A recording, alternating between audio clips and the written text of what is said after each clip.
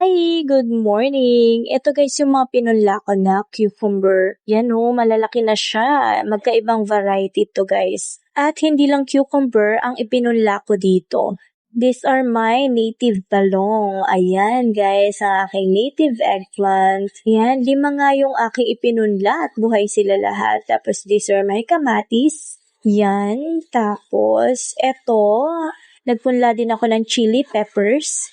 Malaki na rin siya, pwede na rin siyang i-repot guys. And then, another variety ng cucumber. Yan, at ito pa guys. At meron nga din pala akong pinunla ulit na sitaw. Ito, mga red sitaw ito. Ayan, dito ko lang sila nilagay. At kita nyo naman, ang laki-laki na nito guys. These are my red sitaw. Bale, 3 yata yung pinunla ko nito if I'm not mistaken. So, yan yun, 2. Nasa na yung isa? 3 dapat sila. I think nandito yung isa pala guys. Ayan. Hello there. Lumusot na siya dito. It's another red sitaw. Malaki na talaga sila guys. Kailangan na silang ilipat. Lumusot na siya dito. Ayan. Tapos meron pa ako dito isang eggplant yun. So yun nga guys, kailangan ko na silang i-repot. Kaya lang hindi ko pa magawa for today's video. Kasi guys, silipat na kami ng bahay. Kaya nag-aalangan ako kasi yung vegetable garden ko ay nasa rooftop. Now, kung ililipat ko siya, syempre kakapit na yan sa mga balag. Kailangan ko rin ito ilipat dun sa permanent na ba yung gusto kong paglagyan. Kaya yun, nag-start na ako na ayusin yung bago kong gagawin na vegetable garden. Kaya kahit malalaki na, nag-stay muna sila dito guys. Siguro by weekend, sa off ni Mister, ayun, maililipat ko na sila. At yung nga pala guys, ito, may ginagawa kong bonsai oh. Ito ay money tree or money plant. Yan, bonsai ko siya guys. Cutie! Sana maganda oh. Nilagyan ko na sila ng alambre or kawad. Tapos tinalian ko pa kasi hindi pa ako satisfied. Ayaw niya sumunod. Gusto kong design ng kanyang mga branches. Yan. First time ko mag-bonsai ng ganito. So, sana maganda. So, akyat tayo. Yan.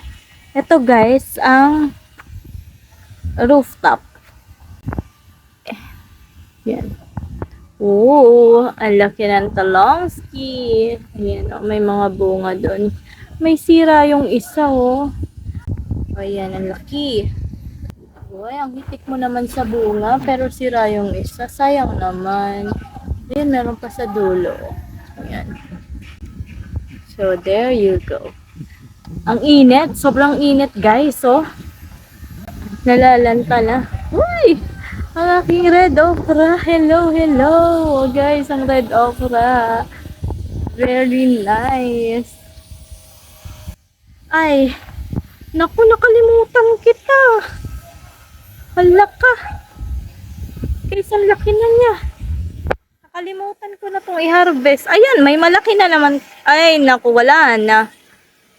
Oh, over na to, oh. Ayan. Tapos here, ayan pa, yung mga chili. Ayan, chili. Tapos, ang palaya.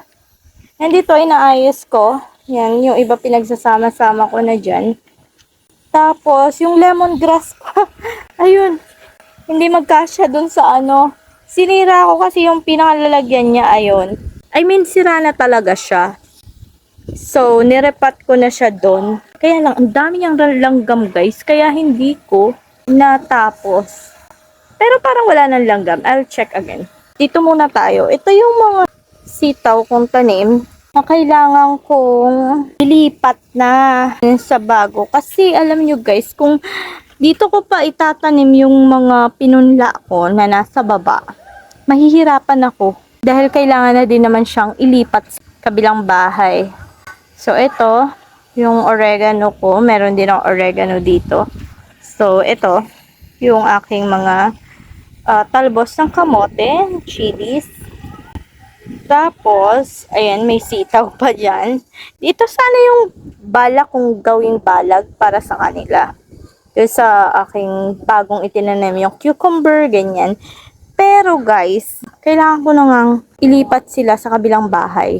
So, let's check ito kung meron pang mga langgam. Ayan oh, binahayan na to ng mga langgam guys. I'm not sure.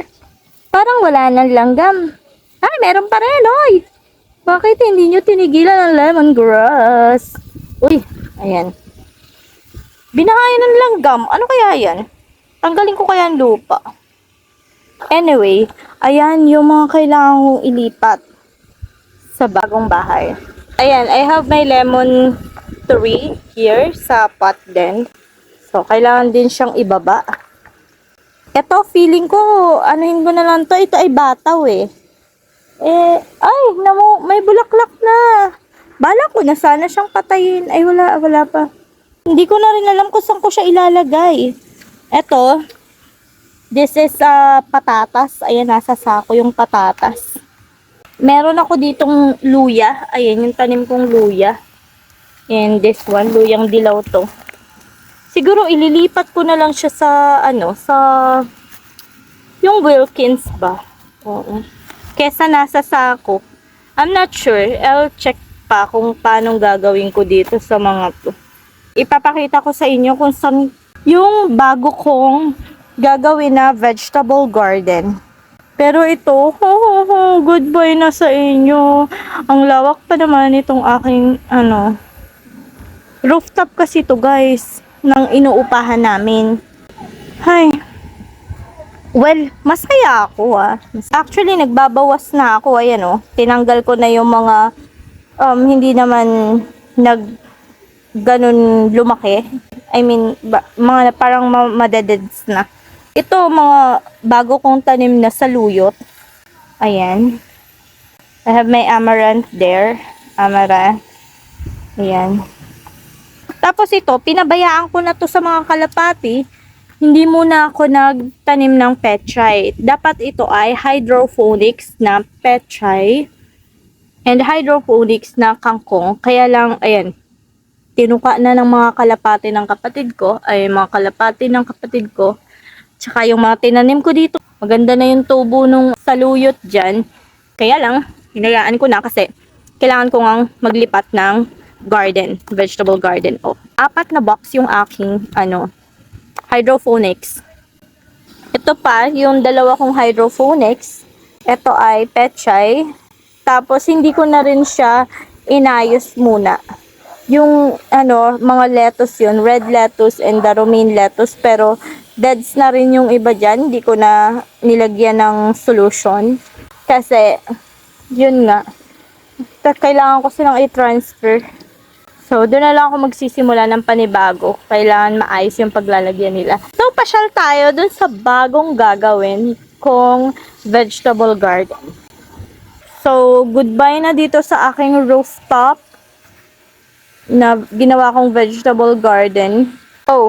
Here's another pot ng paglalagyan ko ng cucumber.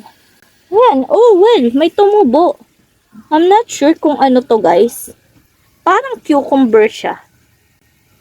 Parang cucumber nga, no? Oo. We'll see.